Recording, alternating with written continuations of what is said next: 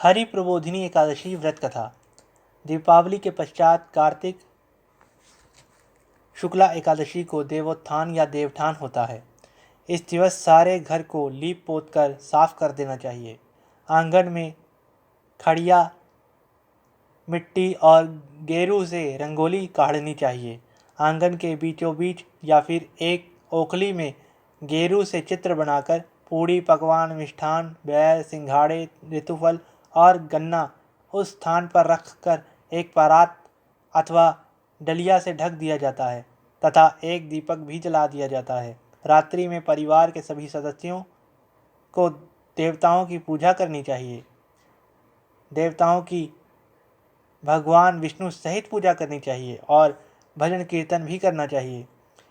इसके साथ ही घड़ियाल बजाकर या थाली बजाकर इस प्रकार कहना चाहिए: उठो देवा, बैठो देवा, अंगुरिया चटकाओ देवा।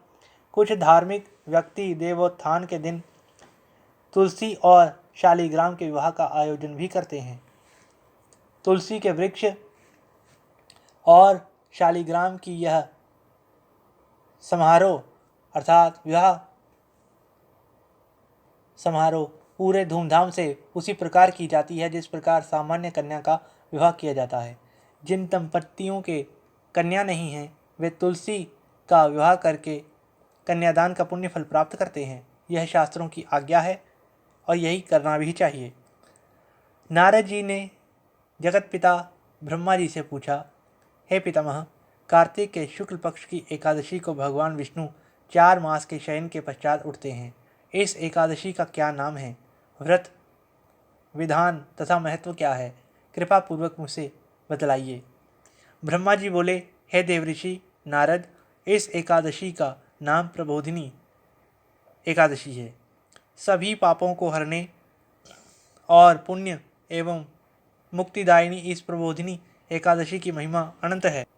पृथ्वी पर गंगा की प्रभुता और समुद्रों तथा तीर्थों का प्रभाव तभी तक रहता है जब तक कार्तिक की विष्णु प्रबोधिनी एकादशी तिथि नहीं आ जाती। मनुष्य को जो फल 1000 अश्वमेध यज्ञ और 100 राजसूय यज्ञों से मिलता है वही प्रबोधिनी एकादशी के व्रत से मिल जाता है।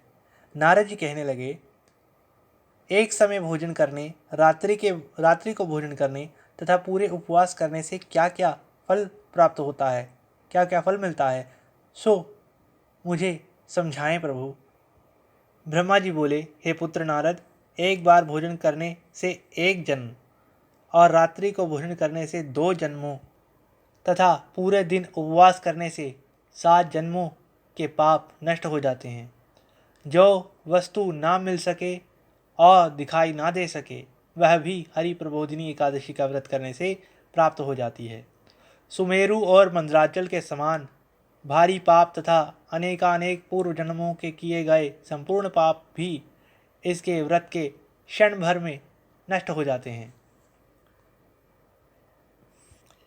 विधि पूर्वक थोड़ा सा पुण्य कर्म भी बहुत फल देता है, परंतु विधि रहित चाहे अधिक किया जाए तो भी उसका फल कुछ प्राप्त नहीं होता। संध्या न करने वाला नास्तिक, वेद निंदक, धर्मशास्त्रों का दूषित करने वाला अर्थात धर्मशास्त्रों को दूषित करने वाला, पाप कर्मों में रत, धोखा देने वाला, ये सब चांडाल के समान हैं। जो विधवा अथवा साध्वी ब्राह्मणी का भोग करता है उसका कुल नष्ट हो जाता है, पर स्त्री गामी के संतान नहीं होती और उसके पूर्व जन्म के संचित श्रेष्ठ कर्म भी नष्ट हो जाते हैं। जो गुरु और ब्राह्मणों से अहंकार युक्त वार्ता करता है अर्थात बात करता है वह भी धन और संतान से हीन ही रहता है। भ्रष्टाचार करने वाले, चांडाली से भोग करने वाले, दुष्ट और नीच पुरुष की सेवा या संगति से प्राप्त हुए समस्त पाप भी हरि प्रबोधिनी एकादशी के व्रत से नष्ट हो जाते हैं। हे नारद, जो मनुष्य अपने मन में हरि प्रबोधिनी एकादशी व्रत करने का संकल्प मात्र करते हैं उनके 100 जन्मों के पाप नष्ट हो जाते हैं और जो रात्रि जागरण करते हैं उनकी आने वाली 10,000 पीढ़ियाँ स्वर्ग में जाती हैं अर्थात स्वर्ग में निवास करती हैं। वे नरक के दुखों से छूटकर प्रसन्नता के साथ विष्णुलोक को जाते हैं। ब्रह्म हत्या आदि जैसे पाप भी इस व्रत के प्रभाव से नष्ट हो जाते हैं। जो फल समस्त तीर्थों में स्नान करने से प्राप्त होता है, वही पुण्य इस एकादशी की रात्रि को जागरण करने से प्राप्त हो जाता है। उसी मनुष्य का जीवन सफल है जिसने इस एकादशी का व्रत किया है। ब्रह्मा जी ने आगे कहा, इस संसार में जितने भी तीर्थ हैं, उन सबके स्नान दान आदि का फल इस व्रत से मिलता है। अतः सब कर्मों को त्याग कर भगवान के प्रसन्नार्थ कार्तिक शुक्ला हरिप्रबोधिनी एकादशी का व्रत सभी को करना ही चाहिए। वही ज्ञानी तपस्वी तथा जितेंद्रिय है और उसी को भोग तथा मोक्ष प्राप्त होता है जो हरि प्रबोधिनी एकादशी का व्रत करता है। जिसने एक बार भी इसका व्रत कर लिया, वही मोक्ष का अधिकारी हो जाता है। मन कर्म वचन तीनों प्रकार से पाप इस रात्रि को केवल जागरण मात्र से नष्ट हो जाते हैं। हरि प्रबोधिनी के दिवस जो मनुष्य भगवान के आगे प्रसन्नार्थ स्नान दान यज्ञ आदि करते हैं, वे अक्षय पुण्य को प्राप्त होते हैं। इस एकादशी का व्रत करने मात्र से मनुष्य के बचपन यौवन और वृद्ध अवस्था में किए हुए संपूर्ण पाप नष्ट हो जाते हैं। इस रात्रि में जागरण करने का फल चंद्र ग्रहण तथा सूर्य ग्रहण के समय पुष्कर में स्नान करने से 1000 गुना अधिक है। जो मनुष्य प्रबोधिनी अर्थात हरि प्रबोधिनी एकादशी का व्रत नहीं करते, उनके सब पुण्य व्यर्थ ही हैं। अतः हे नारद, तुम्हें भी विधि पूर्वक यत्न के साथ इस व्रत को अवश्य ही करना चाहिए। कार्तिक के पूरे मास में धर्मपरायण होकर जो व्यक्ति अन्न नहीं खाते, उन्हें चांद्रायण व्रत का फल प्राप्त होता है, अर्थात चांद्रायण व्रत का फल मिलता है। हे देवऋषि नारद, अब मैं तुमसे एक अत्यंत गूढ़ रहस्य की बात कहता हूँ। कार्तिक मास में भगवान दान आदि से उतने प्रसन्न नहीं होते जितने श्रद्धापूर्वक शास्त्रों की कथा सुनने मात्र से होते हैं। कार्तिक मास में जो भगवान विष्णु की कथा का एक या आधा श्लोक भी पढ़ते सुनते या सुनाते हैं, उनको 100 गायों के दान का फल प्राप्त हो जाता है, मिल जाता है। अतः अन्य सब कर्मों को छोड़कर कार्तिक मास में मेरे सन्मुख बैठकर मेरी कथा अवश्य पढ़नी ही चाहिए या सुननी चाहिए। इस मास में शास्त्रों की कथा कहने और सुनने से 10,000 यज्ञों का फल मिलता है और साथ ही सब पाप भी नष्ट हो जाते हैं। जो नियम पूर्वक हरि कथा सुनते हैं, वे 1000 गोदान का फल पाते हैं। जो मनुष्य भगवान की कथा सुनने के पश्चात वाचक को अपनी सामर्थ्य अनुसार दक्षिणा देते हैं, उनको संतान सुख तो प्राप्त होता है, सनातन लोक भी मिलता है। ब्रह्मा जी के यह वचन सुनकर नारद जी ने कहा, हे भगवान, हरि प्रबोधिनी एकादशी के व्रत की विधि तथा महात्मा विस्तार पूर्वक समझाइए, कहिए प्रभु। ब्रह्मा जी कहने लगे, ब्रह्म मुहूर्त में 2 घड़ी रात्रि शेष रहते उठकर शौच आदि से निवृत्त होकर दंत धावन आदि करके नदी तालाब कुआं बावड़ी या घर में जैसा भी संभव हो स्नान कर लेना चाहिए। फिर भगवान की पूजा करके कथा सुननी चाहिए और व्रत का नियम ग्रहण करना चाहिए। भगवान से विनय करे, हे प्रभु, आज निराहार रहकर व्रत करूँगा, दूसरे दिवस द्वादशी को भोजन करूँगा, अतएव आप मेरी रक्षा कीजिए। तत्पश्चात भक्तिभाव से व्रत करें तथा रात्रि को भगवान के आगे जागरण नृत्य गीत आदि करने चाहिए। प्रबोधिनी अर्थात हरि प्रबोधिनी एकादशी को कृपणता त्याग कर पुष्पों फलों अगर धूप दीप नैवेद्य आदि से भगवान का पूजन करना चाहिए। शंख में जल भरकर भगवान को अर्घ्य देनी चाहिए। इसका समस्त तीर्थों से करोड़ गुना फल अधिक प्राप्त होता है।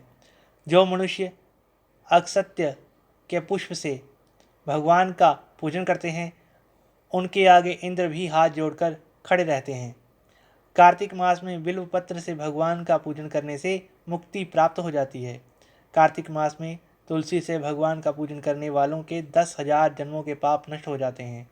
तुलसी का दर्शन स्पर्श नमस्कार स्तुति रोपण जल से सिंचन और प्रतिदिन पूजन तथा आरती करने व कथा सुनने वाले करोड़ों युग तक विष्णुलोक में निवास करते हैं। जो तुलसी का पौधा लगाते हैं उनके कुटुंब में उत्पन्न होने वाले प्रलय काल तक विष्णुलोक में निवास करते हैं। हे मुनि, रोपी हुई तुलसी जितनी जड़ों का विस्तार करती है, उतने ही 1000 युग पर्यंत तुलसी रोपण करने वाले के सुकृत का विस्तार होता रहता है, अर्थात उसका किया हुआ अच्छा कर्म बढ़ता ही रहता है। जिस मनुष्य की रोपण की हुई तुलसी की जितनी शाखा प्रशाखा बीज और फल पृथ्वी में बढ़ते हैं, उसके उतने ही कुल 2000 कल्प तक विष्णुलोक में निवास अवश्य ही करते हैं। हरि पूजा में पुष्पों के महत्व का वर्णन करते हुए ब्रह्मा जी ने आगे कहा, हे वत्स, जो कदम के पुष्पों से विष्णु का पूजन करते हैं वे कभी यमराज के दर्शन नहीं करते। गुलाब के पुष्पों से भगवान का पूजन करने वाले को मुक्ति अवश्य ही प्राप्त होती है। जो वकुल और अशोक के फूलों से भगवान का पूजन करते हैं वे सूर्य और चंद्रमा के रहने तक किसी प्रकार का शोक नहीं पाते। जो मनुष्य सफ़ेद या लाल कनेर के फूलों से भगवान का पूजन करते हैं उन पर भगवान अत्यंत प्रसन्न रहते हैं। वे करोड़ों गौओं के दान का पुण्यफल प्राप्त करते हैं। जो दूब के अंकुरों से भगवान की पूजा करते हैं उन्हें 100 गुना फल अधिक प्राप्त होता है। जो शमी के पत्र से अथवा चंपा के फूलों से भगवान का पूजन करते हैं वे मनुष्य फिर संसार में कभी नहीं आते, अर्थात उनका जन्म मृत्यु से छुटकारा हो जाता है। जो मनुष्य केतकी पुष्प भगवान पर चढ़ाते हैं उनके करोड़ों जन्म के पाप नष्ट हो जाते हैं। पीले और लाल वर्ण के कमल पुष्पों से भगवान का पूजन जो करते हैं उनको श्वेत द्वीप में निवास करने को मिलता है, अर्थात वे श्वेत द्वीप में निवास करने के अधिकारी हो जाते हैं। हरि प्रबोधिनी एकादशी की पूरी रात्रि को जागरण, पूजन और कथा कीर्तन के पश्चात प्रातः काल उठकर नदी पर जाए और वहाँ स्नान, जप तथा नित्य कर्म करके घर पर आकर विधि विधान पूर्वक भगवान केशव का पूजन करें। द्वादशी को व्रत की समाप्ति पर विद्वान ब्राह्मणों को भोजन करावे और दक्षिणा देकर क्षमा याचना करें। इसके पश्चात भोजन, गौ और दक्षिणा देकर गुरु का पूजन करें, गुरु का सम्मान करें।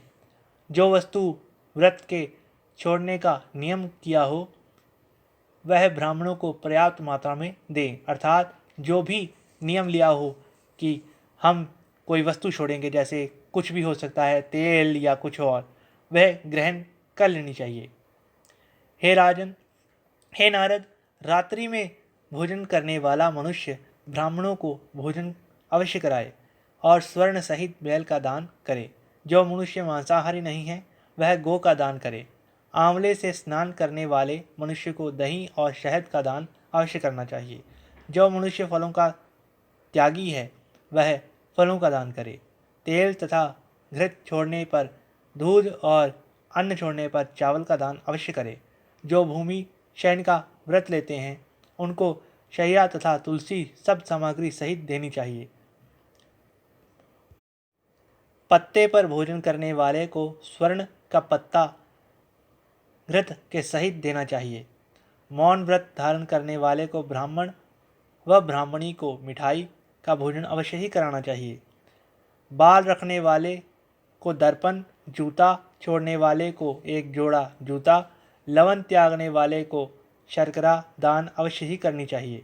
मंदिर में दीप जलाने वाले को तथा नियम लेने वाले को व्रत की समाप्ति पर ताम्र अथवा स्वर्ण के पात्र में घृत और बत्ती रखकर विष्णु भक्त ब्राह्मण को दान कर देनी चाहिए।